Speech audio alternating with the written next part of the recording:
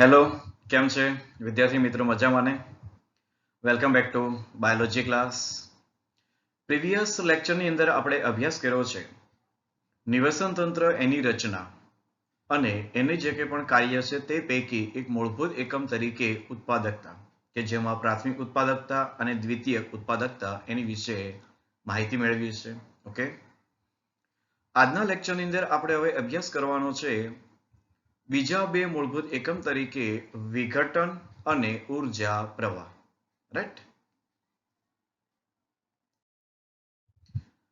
તો વિઘટનની જે પ્રક્રિયા, જો કે નામ પ્રમાણે છે કે જે કે પણ જટિલ કાર્બનિક દ્રવ્યને સરળ અને શોષણ થઈ શકે તેવા અકાર્બનિક ઘટકની અંદર રૂપાંતરણ કરવાની ક્રિયા એને આપણે વિઘટનની પ્રક્રિયા કહીએ છીએ. રાઈટ? અને એ સમજાવવા માટે એક સારું ઉદાહરણ છે અળસિયા. કારણ કે અળસિયા એને ખેડૂત, એના મિત્ર તરીકે ઓળખવામાં આવે છે અને એનું રીઝન છે કે એક તો એ કાર્ય કરે છે, જટિલ કાર્બનિક દ્રવ્યોને તોડે છે અને તેની સાથે સાથે જે કંઈ પણ જમીન છે એને વધુ ને વધુ ફળદ્રુપ બનાવે છે. રાઈટ? અને આ જ પ્રકારે વિઘટકો કે જે જટિલ કાર્બનિક દ્રવ્યોને કાર્બન મોનોક્સાઇડ, પાણી અને પોષક જેવા અકાર્બનિક જે પદાર્થો છે તેમાં વિઘટિત કરવા મદદરૂપ થાય છે અને આ પ્રક્રિયાને કહેવાય છે વિઘટન પ્રક્રિયા. રાઈટ? એટલે વિઘટન પ્રક્રિયાનો એ જ સિદ્ધાંત કે જ્યાં જટિલ કાર્બનિક પદાર્થો છે તો તેનું સરળ અને શોષણ થઈ શકે તેવા અકાર્બનિક પદાર્થની અંદર રૂપાંતરણ કરવું. અને આ બાબતે જો વાત કરીએ તો વનસ્પતિ એના મૃત અવશેષ જેવા કે પર્ણ, એની છાલ, એના પુષ્પ, પ્રાણીની વાત કરીએ તો એના મૃત અવશેષ, ત્યાર પછી મળમૂત્ર છે સહિતના દ્રવ્યો એ મૃત અવશેષીય ઘટકો બનાવે છે અને આ તમામ વિઘટન પ્રક્રિયા માટે એક કાચા પદાર્થો હોય છે. Okay, right.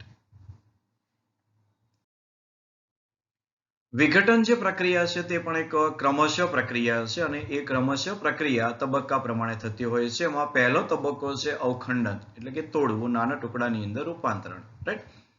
બીજો તબક્કો ધોવાણ, ત્યાર પછી અપચય પ્રક્રિયા, સેન્દ્રીયકરણ એટલે કે ખાતર નિર્માણ અને ખનિજીકરણ વગેરે વિઘટનની પ્રક્રિયાના મહત્વપૂર્ણ ચરણો છે અને આ તબક્કા ક્રમશઃ છે એટલે એ પણ આપણે ક્રમશઃ યાદ રાખવાના છે. અવખંડન, ધોવાણ, અપચય, સેન્દ્રીયકરણ અને ખનિજીકરણ. રાઈટ?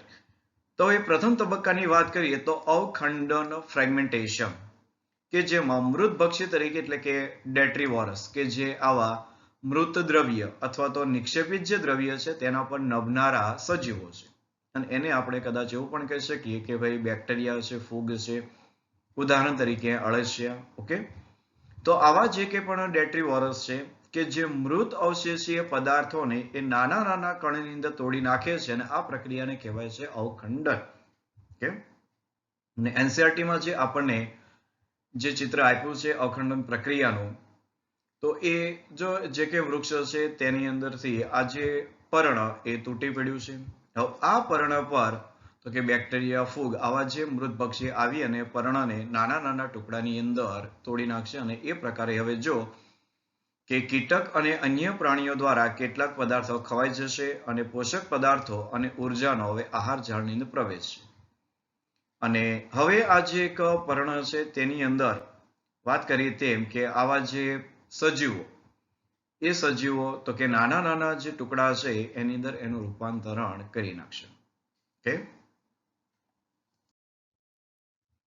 નેક્સ્ટ લીચિંગ એટલે કે ધોવાણ પ્રક્રિયા, કે જેમાં જલ દ્રવ્ય અકાર્બનિક પોષકો એ ભૂમિના સ્તરની અંદર પ્રવેશ કરે છે અને અનઉપલબ્ધ ક્ષાર તરીકે અવક્ષેપિત થઈ જશે. નેક્સ્ટ અપચય, કેટાબોલિઝમ, કે જ્યાં હવે બેક્ટેરિયા અને ફૂગ જેવા જે કંઈ સજીવો છે તેની અંદર નિર્માણ પામતા જે ઉત્સેચકો એ હવે આ મૃત અવશેષીય ઘટકોને સરળ અકાર્બનિક પદાર્થની અંદર વિઘટન કરે છે અને આ પ્રક્રિયા કહેવાશે કેટાબોલિઝમ, અપચય પ્રક્રિયા. એટલે અહીંયા બેક્ટેરિયા અને ફૂગ દ્વારા નિર્માણ થતા જે ઉત્સેચકો અને એ ઉત્સેચકો દ્વારા જે કંઈ પદાર્થો છે એટલે કે મૃત પદાર્થો અને એના માટે શબ્દ છે ડેટ્રાઇટસ, એટલે કે મૃત અવશેષીય ઘટકો. અને આ ઘટકો પર નભનારા જે સજીવ એટલે કે ડેટ્રીવોરસ. તો આવા જે ઘટકો કે જે મૃત થઈ ગયા છે તો એમને હવે સરળ અકાર્બનિક જે પદાર્થો છે તેમાં વિઘટન કરશે અને એ પ્રક્રિયા છે અપચય પ્રક્રિયા. સેન્દ્રીયકરણ એટલે કે હ્યુમિફિકેશન, કે જેના દ્વારા એક ગાઢ રંગના અસ્ફટિકમય પદાર્થનું નિર્માણ થાય છે. આ એની લાક્ષણિકતા છે, ગાઢ રંગના અથવા ઘેરા રંગના એક અસ્ફટિકમય પદાર્થનું નિર્માણ થવું એ પ્રક્રિયા છે સેન્દ્રીયકરણ, કે જેને કહેવાય છે સેન્દ્ર એટલે કે ખાતર, કે જે સૂક્ષ્મ જીવાણુકીય ક્રિયા માટે એ ખૂબ જ પ્રતિરોધક છે અને તેનું જે વિઘટન એ અતિશય હવે ધીમા દરે ચાલ્યા કરશે. કલીલ પ્રકૃતિ હોવાને કારણે તે પોષકોના એક સંચય સ્થાન તરીકે કાર્ય કરે છે. એટલે જે કે પણ ડાયરેક્ટ એમસીક્યુ આવે છે આ પ્રકારના. ઓકે, નેક્સ્ટ ખનિજીકરણ, મિનરલાઇઝેશન, કે હવે આ જે સેન્દ્રીય કચરો કે જેને આપણે ખાતર કીધું છે એ હવે ફરીથી કેટલાક સૂક્ષ્મ જીવો દ્વારા વિઘટન પામશે અને અકાર્બનિક પોષક ઘટકો મુક્ત કરશે, જેને કહેવાય છે ખનિજીકરણની પ્રક્રિયા. અને આ ખનિજીકરણની પ્રક્રિયાથી જે કંઈ હવે અકાર્બનિક દ્રવ્યો છે તે પાછા પુનઃ ઉપયોગમાં લેવાશે વનસ્પતિ દ્વારા, કે જેના મૂળ તંત્ર દ્વારા એનું શોષણ થઈ અને ફરી પાછા એ હવે ઉત્પાદક લેવલે આગળ વધશે. ઓકે, તો આ એક એનસીઈઆરટી બેઝ આકૃતિ કે જે વિઘટનની પ્રક્રિયા એ વ્યવસ્થિત સમજાવે છે, કે જે કંઈ પર્ણ છે લીલું પર્ણ જમીન પર પડે છે અને એ પર્ણ કીટક અને અન્ય પ્રાણી એના દ્વારા ધીમે ધીમે ખવાશે અને એટલે કહે છે કે આહાર જાળની અંદર ઉર્જાનો હવે પ્રવેશ થશે, કારણ કે આની અંદર જૈવભાર છે ને. Okay, right. હવે જે કંઈ આ પર્ણ જે પડ્યું છે એ પર્ણ ઉપર હવે, કારણ કે આ જે કીટકો કે પછી આવા જે અન્ય પ્રાણી અને ખાસ કરીને આપણે વાત કરીએ તો અળસિયા, ચલો, તો એના દ્વારા જ્યારે આ ખવાઈ જશે ત્યારે હવે થોડોક જે અંશ હવે મૃત બચ્યો છે તો એની ઉપર આ પ્રકારે ફૂગ અને બેક્ટેરિયા આવશે. ઓકે, અને હવે એ જે ફૂગ અને બેક્ટેરિયા છે તેના ઉત્સેચકો દ્વારા જે કંઈ આ પદાર્થ છે મૃત અવશેષી ઘટક એનું હવે સરળ અકાર્બનિક જે પદાર્થો છે તેની રૂપાંતરણ થશે. તો હવે સામે કેટલાક પોષક તત્વો રાસાયણિક પ્રક્રિયા દ્વારા પણ જમીનની અંદર ધોવાણ પામશે. એટલે આ જે પદાર્થ છે તેમાંથી જેને આપણે લીચિંગની પ્રક્રિયા કહીએ છીએ તે એટલે કે કાર્બનિક પદાર્થો સભર એક જમીન તૈયાર થશે. ફૂગ અને બેક્ટેરિયા દ્વારા પણ પર્ણ એનો આંશિક રીતે ઉપયોગ કરાય છે અને પોતાનું સ્વરૂપ ગુમાવી અને હવે એ કચરો બનશે અને ત્યાર પછી અળસિયા, બેક્ટેરિયા, માટી, ઈતળી, ફૂગ વગેરે દ્વારા એનું વિઘટન થશે. અને હવે આ જમીનની અંદર જે કે પણ આ કાર્બનિક પદાર્થો જે રિઝર્વ અથવા તો સંગ્રહ પામ્યા છે તેને મૂળ તંત્ર દ્વારા ફરી પાછી વનસ્પતિ પોતે શોષણ કરી અને પોતાનો જે કે પણ જૈવભાર છે એની અંદર કાર્બનિક સ્વરૂપની અંદર એનો સંગ્રહ કરશે. Okay, right. વિઘટન જે પ્રક્રિયા છે તેના દરને નિયંત્રણ કરવા માટે કંઈક પરિબળો છે અને એ પરિબળની વાત કરીએ તો પહેલું પરિબળ છે ઓક્સિજન. એ વિઘટન પ્રક્રિયા માટે એ આવશ્યક એક પરિબળ છે. ઓકે, અને આ જે પોર્શન એ પણ આપણે એમસીક્યુ ની અંદર પૂછાતા હોય છે.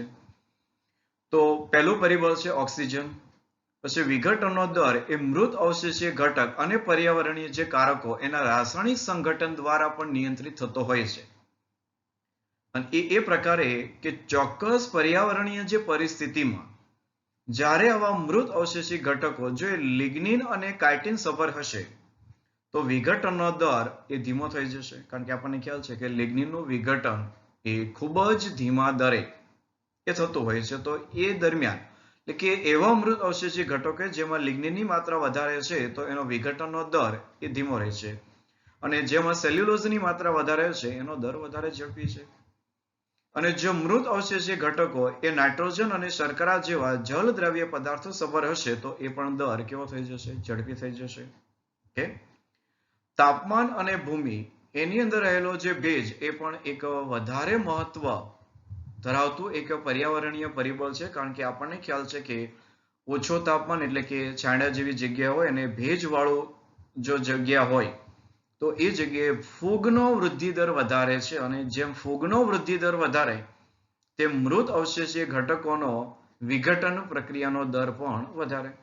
એટલે કહે છે કે તાપમાન અને ભૂમિ એની અંદર રહેલો ભેજ એ મહત્વના પર્યાવરણીય ઘટકો છે જે ભૂમિના સૂક્ષ્મ જીવોની ક્રિયા પર તેમની અસર દ્વારા વિઘટનનું નિયમન કરે છે.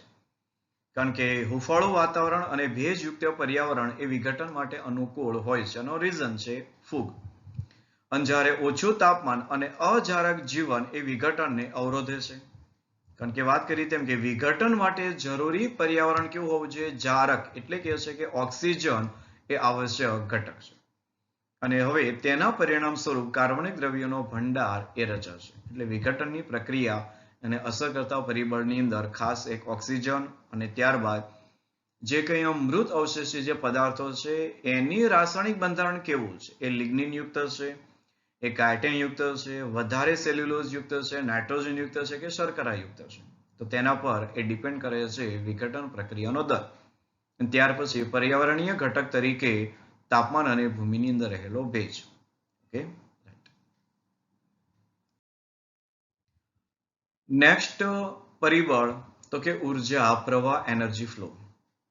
અને અહીંયા આકૃતિ આપણે રિપીટ કરીએ છીએ કે સૂર્ય એની અંદરથી ઉર્જા એ ઉત્પાદક લેવલે જશે અને હવે ઉત્પાદક લેવલેથી પછી આહાર શૃંખલાની શરૂઆત થઈ જશે. એટલે જો આ જે ઓરેન્જ એ બધી ઉર્જા છે અને એ ઉપભોક્તાને આપશે. ઉપભોક્તા પાસે રહેલી ઉર્જા એ પોતે વિઘટકોને આપશે. ઓકે, અને ત્યારબાદ હીટ સ્વરૂપે એ તમામ પોષક સ્તરે ઉર્જા તો ગુમાવાય છે. તો ઊંડા સમુદ્રની અંદર જલતાપીય નિવસન તંત્ર સિવાય જો આ બાદ કરી દીધું છે કારણ કે ત્યાં સૂર્યનો પ્રકાશ એ પહોંચી શકતો નથી ઊંડા સમુદ્રની અંદર. તો તે સિવાય પૃથ્વી પરના બધા જ નિવસન તંત્ર માટે જો શક્તિનો સ્ત્રોત હોય તો એકમાત્ર સ્ત્રોત એ સૂર્ય છે.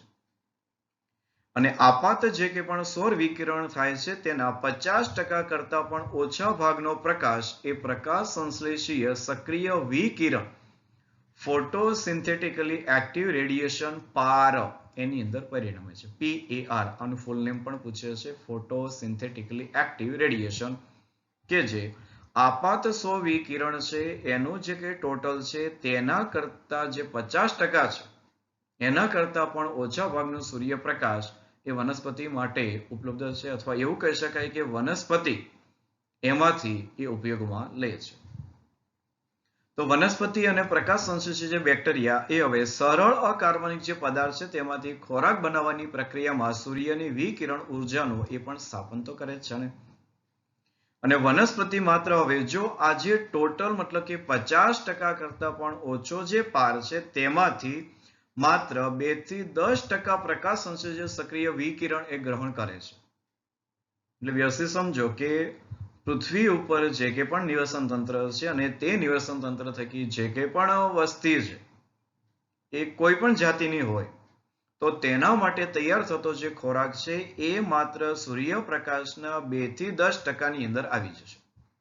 ઓકે, તો બાકીની જે ઉર્જા છે એ પૃથ્વીનું જે કે પણ તાપમાન છે એ નિયમન કરવા માટે વપરાઈ જતી હોય. ઓકે, એટલે 2 થી 10% પ્રકાશ સંશ્લેષીય સક્રિય વિકિરણ એટલે કે પાર એ ગ્રહણ કરે છે અને આ ઉર્જાની ઓછી માત્રા જ એ સમગ્ર સજીવ વિશ્વને ટકાવી રાખે છે. રાઈટ, એટલે આ બાબત એક સમજવાની છે કે સૂર્યમાંથી જે 100% ઉર્જા આવે છે એમાંથી વનસ્પતિ માટે ઉપયોગી 50% અને એમાંથી પણ વનસ્પતિ જે ઉપયોગ કરે છે કેટલી છે તો કે 2 થી 10% છે. Okay, right. બધા જ સજીવો તેના આહાર માટે પ્રત્યક્ષ કે પછી પરોક્ષ રીતે ઉત્પાદકો પર આધાર રાખે છે કારણ કે આહાર શૃંખલાની અંદર પાયાનું પરિબળ ઉત્પાદકો છે. જેથી ઉર્જાનો પ્રવાહ એ સૂર્યમાંથી ઉત્પાદકો તરફ અને પછી ઉપભોક્તા તરફ એક દિશીય હોય છે. એટલે કે સૂર્યમાંથી ઉત્પાદક, ઉત્પાદકતામાંથી ઉપભોગી. ઓકે, અને આ ઉપરાંત નિવસન તંત્ર એ હવે ઉષ્માગતિકીય બીજા નિયમથી પણ મુક્ત નથી. એટલે કે આ થર્મોડાયનેમિક્સના નિયમ છે એમાં પહેલો નિયમ અને બંને નિયમ, બીજો નિયમ એટલે કે બંને આ નિવસન તંત્રને લાગુ તો પડે જ છે ને. કે જરૂરી જે કે પણ અણુ એના સંશ્લેષણ માટે તેઓને સતત ઉર્જા મળતી રહેવી આવશ્યક હોય છે. કારણ કે વાત કરી તેમ કે નિવસન તંત્ર એની ક્રિયાશીલતા અને સ્થાયીપણા માટે એ જે નિવસન તંત્ર છે તેની અંદર સતત સૂર્યરૂપી ઉર્જાનો પ્રવેશ થવો જરૂરી છે અને એ ઉર્જા થકી જરૂરી જે કે પણ અણુ છે એનું સંશ્લેષણ થશે. એટલે આ સંશ્લેષણ માટે એમને સતત ઉર્જા મળતી રહેવી આવશ્યક હોય છે કે જેને લીધે વધતા જતા અવ્યવસ્થાપન સામે સંકલિત કાર્ય પદ્ધતિ દ્વારા સંઘર્ષ કરી શકે. આ વધતું જતું અવ્યવસ્થાપન એટલે કે એન્ટ્રોપી, એ તમે સમજી શકો છો. ઓકે, તો હવે એની સામે એક સંકલિત કાર્ય પદ્ધતિ દ્વારા સંઘર્ષ એ થઈ શકે, કારણ કે એ સંતુલન પણ નિવસન તંત્રની અંદર જાળવવાનો હોય છે. હવે નિવસન તંત્રમાં લીલી વનસ્પતિ એ ઉત્પાદકો તરીકે હોય છે. તો સ્થલજ નિવસન તંત્ર છે તેમાં શાકીય જે વનસ્પતિ અને કાષ્ઠીય જે વનસ્પતિ છે એ કંઈક મુખ્ય ઉત્પાદકો છે.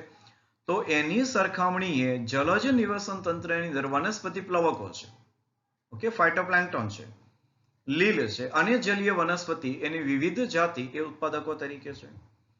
અને આહાર જે શૃંખલા અને આહાર જાળ એ પ્રકૃતિની અંદર અસ્તિત્વ ધરાવે છે, કારણ કે ઉત્પાદકો લેવલથી એ પછી હવે આહાર શૃંખલા અને આહાર જાળ એની શરૂઆત થઈ જશે. વનસ્પતિથી પ્રારંભ થતી જે કે પણ આહાર શૃંખલા અને આહાર જાળ, જો બંને શબ્દ અલગ છે અને એ આપણને વ્યવસ્થિત થોડી વારમાં સમજાઈ જશે.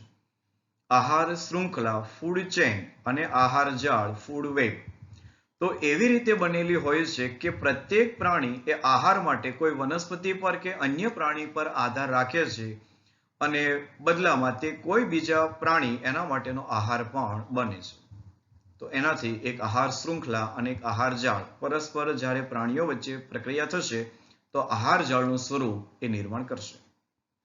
અને આ જે પરસ્પર આંતર જે નિર્ભરતા છે એને કારણે શૃંખલા કે પછી જાળ એની રચના થતી હોય છે. કોઈ પણ સજીવ દ્વારા ગ્રહણ કરવામાં આવેલી ઉર્જા તેનામાં હંમેશા માટે સંચિત રહેતી નથી, કારણ કે આપણને ખ્યાલ છે કે એ સજીવ અમર નથી. એટલે હવે જ્યારે સજીવ પોતે મૃત પામશે તો એનો જે કે પણ જૈવભાર છે વિઘટકો માટે છે, અને જ્યારે એ પોતે જીવતો હોય છે ત્યારે એ કોઈ અન્ય સજીવ માટે એનો જૈવભાર એ સ્થાપિત હોય છે. ઉત્પાદકો દ્વારા ગ્રહણ કરવામાં આવેલી ઉર્જા એ ઉપભોક્તાઓમાંથી પસાર થાય છે અથવા તો તે સજીવો મૃત્યુ પામે છે તો વિઘટકો માટે. એક સજીવના મૃત્યુથી મૃત અવશેષી ઘટકો એની આહાર શૃંખલા અને આહાર જાળની ત્યાંથી શરૂઆત થશે. બધા પ્રાણી તેમના આહારની જરૂરિયાત માટે પ્રત્યક્ષ કે પછી પરોક્ષ રીતે વનસ્પતિ પર આધાર તો રાખે છે. અને આ બાબત આ ફૂડ ચેન એટલે કે આહાર શૃંખલા કે જ્યાં ઉત્પાદક તરીકે આ મકાઈ છે, એ મકાઈ પર નભનારા હવે પ્રાઇમરી કન્ઝ્યુમર એટલે કે પ્રાથમિક ઉપભોક્તા તરીકે અહીંયા તીડ છે, લોકસ્ટ. અને આ જે તીડને મારનારી તો કે ગરોળી એ સેકન્ડરી કન્ઝ્યુમર છે, અને આ ગરોળીને મારનાર અહીંયા સાપ એ ટર્શરી કન્ઝ્યુમર છે. એટલે આવી રીતે એક આહાર જે શૃંખલા છે એની રચના થાય છે, આ ચેન છે. પણ જ્યારે આહાર જાળની આપણે વાત કરીએ છીએ તો અહીંયા તમે સમજી શકો છો કે જે કે પણ આ જે વનસ્પતિ છે એ વનસ્પતિ તો કે ગ્રાસહોપર. તો હવે આ જે ગ્રાસહોપર છે તેની ઉપર નભનાર તો કે આ ઉંદર છે, અને ત્યાર પછી નભનાર કોણ છે તો કે આ દેડકો પણ છે. ઓકે, તો હવે આ જે દેડકો છે એ પોતે પોતાનો જે કે પણ ખોરાક છે એ તીડ પાસેથી પણ લે છે, અથવા બીજા નિવસનતંત્ર માટે જો અહીંયા બટરફ્લાય છે તો તેની પાસેથી પણ એ પોતાનો ખોરાક તો લે જ છે. એટલે એ સંબંધ ધરાવે છે એકબીજા પ્રાણી પર. એટલે એક અહીંયા હવે જટિલ જે કે પણ આહાર જાળ છે એની રચના થશે. તમે જોઈ શકો છો અહીંયા કે આ જે બટરફ્લાય છે તો જો એ પણ જે કે અહીંયા ડ્રેગન ફ્લાય છે તો એના માટે આહાર છે. ત્યાર પછી આ જે ડ્રેગન ફ્લાય એ આ જે પક્ષી છે તો પક્ષી જો એક ડ્રેગન ફ્લાય એનો પણ શિકાર કરી શકે છે અને ફ્રૂટ ફ્લાય છે એનો પણ શિકાર કરે છે. તો આ પક્ષી એ અલગ અલગ નિવસન તંત્ર માટે અલગ અલગ જે કંઈ સજીવો છે તેના પર પણ આધાર રાખે છે. એટલે એક વાત કરી તેમ કે જટિલ એક આહાર જાળની પણ રચના થશે. ઓકે, જો તેઓ આહાર માટે ઉત્પાદકો કે વનસ્પતિ પર નિર્ભર હોય તો એઓની આપણે અત્યારે વાત કરશું પ્રાથમિક ઉપભોક્તા એટલે કે તૃણાહારી. જો વ્યવસ્થિત હવે આહાર જે જાળ છે અથવા શૃંખલા તેની વાત કરીએ તો જે સજીવો આહાર માટે ઉત્પાદકો, કારણ કે ઉત્પાદકો પ્રથમ પગથિયું, જો ઉત્પાદક કે વનસ્પતિ પર જો નિર્ભર હોય તો આપણે એને કહીશું પ્રાથમિક ઉપભોક્તાઓ. અને જો પ્રાણીઓ એટલે કે પ્રાથમિક ઉપભોક્તા કે જેઓ વનસ્પતિને ખાય છે તેઓને આપણે અહીંયા વાત કરીશું દ્વિતીય ઉપભોક્તા. ઓકે, અને આ પ્રકારે આગળ વધીશું તો તૃતીય ઉપભોક્તા, કારણ કે એ દ્વિતીય ઉપભોક્તા પર આધાર રાખે છે. અને નિસંદેહ વાત કરીએ તો પ્રાથમિક જે ઉપભોક્તા છે તૃણાહારી જ હોઈ શકે, કારણ કે એ વનસ્પતિને ખાનારા તૃણાહારી છે, કારણ કે ઉર્જાનો સંગ્રહ ત્યાંથી થશે અને ત્યાર પછી વહન પણ ઉત્પાદકોથી તૃણાહારી અને તૃણાહારીમાંથી પછી આગળ આ જે માંસાહારી એની અંદર થતો હોય છે. સ્થળજ નિવસન તંત્રની અંદર કીટક, પક્ષી અને સસ્તન એ વાત કરીએ તો તૃણાહારી છે, અને જ્યારે જલજ નિવસન તંત્રની વાત કરીએ તો મૃદુકાય સજીવ એ તૃણાહારી તરીકે અહીંયા કાર્ય કરશે.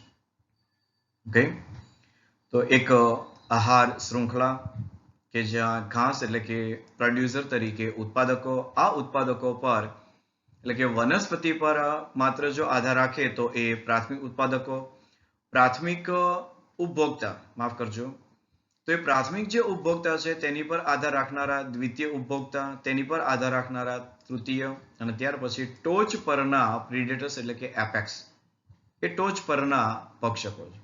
ઓકે, તો વાત કરીએ તો જો અહીંયા એક ચાર્ટ આપણે એનસીઆરટી મુજબ કે પ્રાથમિક ઉત્પાદક છે તો એ પ્રથમ પોષક સ્તર એ વનસ્પતિનું અહીંયા નિર્માણ છે, અને આ વનસ્પતિ પર આધાર રાખનારા અહીંયા તો કે પ્રાથમિક ઉપભોક્તા, ઓકે, કે જે હવે દ્વિતીય પોષક સ્તર એની રચના કરે છે. પ્રાથમિક ઉપભોક્તા પર આધાર રાખનારા તો કે દ્વિતીય ઉપભોક્તા કે જે તૃતીય પોષક સ્તર એની રચના કરે છે. અને જો આઈડેન્ટિકલ કેવું હોય તો એ માંસાહારીઓ, અને જે કંઈ દ્વિતીય ઉપભોક્તા છે તેની ઉપર નભનારા સજીવો તૃતીય કે જે ચતુર્થ પોષક સ્તર, બરાબર, ટ્રોફિક લેવલ એ તૈયાર કરે છે, અને એ પણ ઉચ્ચ કક્ષાના માંસાહારી. એટલે જો પ્રાથમિક જે હોય છે ટ્રોફિક એટલે કે T1 ટ્રોફિક લેવલ પોષક સ્તર T1, ત્યાર પછી T2, ત્યાર પછી T3 અને ઉચ્ચ કક્ષાના તો કે T4, અને એ પર્ટિક્યુલર T3 ની અંદર આવનારા સજીવો ઉદાહરણ તરીકે T2 તરીકે સજીવો અને T1 તરીકે સજીવો. Okay, right. ઉપભોક્તા કે જેઓ આ તૃણાહારીઓનો આહાર કરે છે તેને આપણે માંસાહારી કહીએ, અને તેમને પ્રાથમિક માંસાહારી કે જે દ્વિતીયક ઉપભોક્તા કહેવું વધારે યોગ્ય છે. એટલે જો કેટેગરી પ્રમાણે છે, પ્રાથમિક રીતે જોઈએ તો એ કોણ છે? પ્રાથમિક ઉત્પાદક, પછી પ્રાથમિક ઉપભોક્તા, દ્વિતીય ઉપભોક્તા, તૃતીય ઉપભોક્તા. તો આ એક સરળ એક કક્ષાની રચના થશે. પણ હવે એમને જો આપણે પર્ટિક્યુલર એક વ્યવસ્થિત યોગ્ય લેંગ્વેજમાં જો કેવું હોય તો એના માટે આપણે કંઈક શબ્દ આપણી રીતે વાપરી શકીએ. ફોર એક્ઝામ્પલ તૃણાહારી વાપરી શકીએ, ફોર એક્ઝામ્પલ માંસાહારી વાપરી શકીએ, અને ફોર એક્ઝામ્પલ ઉચ્ચ કક્ષાના માંસાહારી પણ વાપરી શકીએ. એટલે અહીંયા શબ્દોની સમજ છે માત્ર કે ઉપભોક્તા કે જેઓ તૃણાહારીઓનો આહાર કરે છે, અને તમે ચાર્ટમાં જોઈ શકો તેમ કે આ જે તૃણાહારી એટલે કે પ્રાથમિક જે ઉપભોક્તા છે તેમનો આહાર તરીકે ઉપયોગ કરે છે આ દ્વિતીયક ઉપભોક્તા. એટલે કે એ ઉપભોક્તા કે જે તૃણાહારીઓનો અહીંયા આહાર તરીકે ઉપયોગ કરે છે તેને કહેવાય છે પ્રાથમિક કક્ષાના માંસાહારી. કારણ કે અહીંયાથી શરૂઆત થઈ છે માંસાહારી, પણ કેવા? પ્રાથમિક. ઓકે, અને એ કેટેગરીની અંદર વાત કરીએ તો એ કોણ છે? દ્વિતીયક ઉપભોક્તા છે. અને હવે જો વધારે સ્પષ્ટીકરણ પોષક સ્તર પાસે આવવું હોય તો એ તૃતીયક પોષક સ્તરની અંદર એની ગણના થશે. ઓકે, અને એ પ્રાણીઓ કે જે આહાર માટે એવા પ્રાથમિક માંસાહારી પર આધાર રાખે છે તો એને હવે નામ આપી દઈશું દ્વિતીયક માંસાહારી અથવા ઉચ્ચ કક્ષાના માંસાહારી. ઓકે, એ સ્વરૂપે નિર્દેશિત કરી શકાય. એટલે આ જે બાબત છે એ બાબત માત્ર શબ્દોની સમજણ છે. રાઈટ. હવે એક સરળ ચર્ય આહાર શૃંખલા, કારણ કે આહાર શૃંખલા પણ બે પ્રકારની છે. અહીંયા આપણને આપી છે GFC, કે અને આપણે નેક્સ્ટ લેક્ચરની અંદર અભ્યાસ કરવાનો છે DFC નો. Okay, detritus food chain. તો એ છે નિક્ષેપ દ્રવ્ય આહાર શૃંખલા. તો અહીંયા એક સામાન્ય ગ્રેઝિંગ ફૂડ ચેન GFC આપી છે કે જ્યાં ઉત્પાદક એટલે કે તૃણ એને ખાનારી બકરી અને બકરીને જે કે માંસાહારી તરીકે મનુષ્ય. તો ઉત્પાદક લેવલ છે, પ્રાથમિક ઉપભોક્તા છે, દ્વિતીય ઉપભોક્તા છે. ઓકે, અને આવી એક સરળ જીએફસી એ તમે અહીંયા પણ સમજી શકો કે ભાઈ પ્રાથમિક જે કંઈ ઉત્પાદક છે એ, ત્યાર પછી પ્રાથમિક ઉપભોક્તા, દ્વિતીય ઉપભોક્તા, તૃતીય ઉપભોક્તા. હજી આનાથી આગળ વધીએ તો ઉચ્ચ કક્ષાના માંસાહારી એટલે કે ચતુર્થ પોષક સ્તર પણ આવી શકે. Okay, right. તો વાત કરી તેમ આ ચાર્ટ સામાન્ય સમજણ માટે કે જે કે પણ નિવસન તંત્ર છે તેની અંદર ઉર્જાના પ્રવેશ માટે પ્રાથમિક ઉત્પાદક અને હવે પ્રવેશ થશે પ્રાથમિક ઉપભોક્તા પાસે, ત્યાંથી દ્વિતીય ઉપભોક્તા પાસે અને તૃતીય ઉપભોક્તા. ઓકે, અને એને અનુરૂપ ઉદાહરણ, રાઈટ. ઉર્જા અથવા તો ઉષ્મા એનો જે વ્યય, તો એ બાબત આ ચાર્ટની અંદર દર્શાવી છે કે જ્યાં સૂર્ય, તો એ સૂર્યમાંથી પ્રથમ પોષક સ્તર એટલે કે ઉત્પાદકો લીલી વનસ્પતિ, અને લીલી વનસ્પતિની અંદર જાય છે. કારણ કે આપણને વાત ખ્યાલ છે કે 50% જે અહીંયા સૂર્યમાંથી જે ફોટોસિન્થેટિકલી એક્ટિવ રેડિયેશન આવે છે એમાંથી 2 થી 10% જ અહીંયા વનસ્પતિ પોતે પોતાના સંશ્લેષણ માટે એ વાપરે છે, એટલે 2 થી 10% અહીંયા રેડિયેશન વપરાય છે. તો બાકીની હવે જો એ નિવસન તંત્રમાં ઉષ્મા રૂપે વ્યય પામે છે, અથવા આપણે વ્યય એવો શબ્દ ના વાપરી શકીએ, અથવા એવું કહી શકીએ કે જે કે પણ નિવસન તંત્ર છે તેનું ઉષ્મીય સંતુલન એ અહીંયા જળવાઈ જશે. ઓકે, ત્યાર પછી જે કે વનસ્પતિની અંદર જે અહીંયા ઉર્જા સંચય થઈ છે એ ઉર્જા હવે એક દિશામાં જો વ્યવસ્થિત આગળ વધે છે. ઓકે, પણ એ દરમિયાન જે સ્તર આવવાના છે તો દ્વિતીય પોષક સ્તર અથવા તૃણાહારી અથવા પ્રાથમિક ઉપભોક્તા, જો આ બધું એક છે. આ જ બાબત એનસીઆરટી પૂછે છે. ઓકે, તો એ પણ જો ઉષ્મા રૂપે અહીંયા વ્યય પામે છે. ત્યાર પછી તૃતીય પોષક સ્તર, દ્વિતીયક અથવા તો માંસાહારી, તો એ કક્ષાએ જ્યારે ઉર્જા પહોંચે ત્યારે એ પોતાના વૃદ્ધિ અને વિકાસ માટે તો ઉપયોગ કરે જ છે, પણ થોડી ઉર્જા એ ઉષ્મા રૂપે પણ વાતાવરણમાં ગુમાવી દે છે, અને શ્વસન પ્રક્રિયા છે જુઓ. અને એવું જ હવે ઉચ્ચ કક્ષાના માંસાહારી, તો એ પોતાના વૃદ્ધિ અને વિકાસ માટે તો ઉપયોગ કરશે જ, પણ બાકીની જે કંઈ પણ ઉર્જા છે એ ઉષ્મા રૂપે વાતાવરણમાં મુક્ત કરશે. એવું જ વિઘટકો લેવલે. ઓકે, તો આ એક ચાર્ટ દર્શાવે છે સામાન્ય ઉષ્મા ઉર્જા અને એ જે સંચય થાય છે અને વાતાવરણની અંદર એનો જે વ્યય થાય છે તે બાબત. Okay, right. ઓકે સ્ટુડન્ટ્સ, તો આજના લેક્ચરની અંદર 2 જે કંઈ ઘટકો છે તેના વિશે અભ્યાસ, વિઘટકો અને બીજું તો કે ઉર્જા પ્રવાહ. Okay, right.